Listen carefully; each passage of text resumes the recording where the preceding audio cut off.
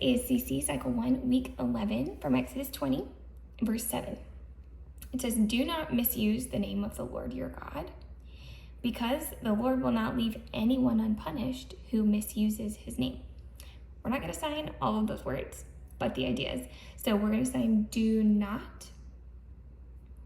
Misuse, we're going to use the sign for wrong. So basically, do not use his name incorrectly. Do not misuse the name of the Lord your God. Okay, and the next line says, because the Lord will not leave anyone unpunished. And we are going to sign, the Lord will punish those who misuse his name, because it's the same thing in less signs.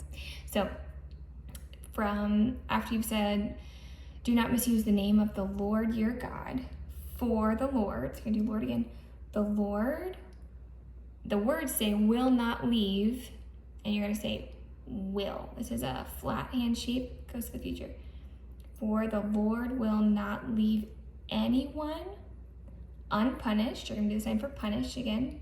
Dominant hand, one hand shape, flick by your elbow like this. For the Lord will not leave anyone unpunished who misuses his name. Okay, we'll do it with music. Do not misuse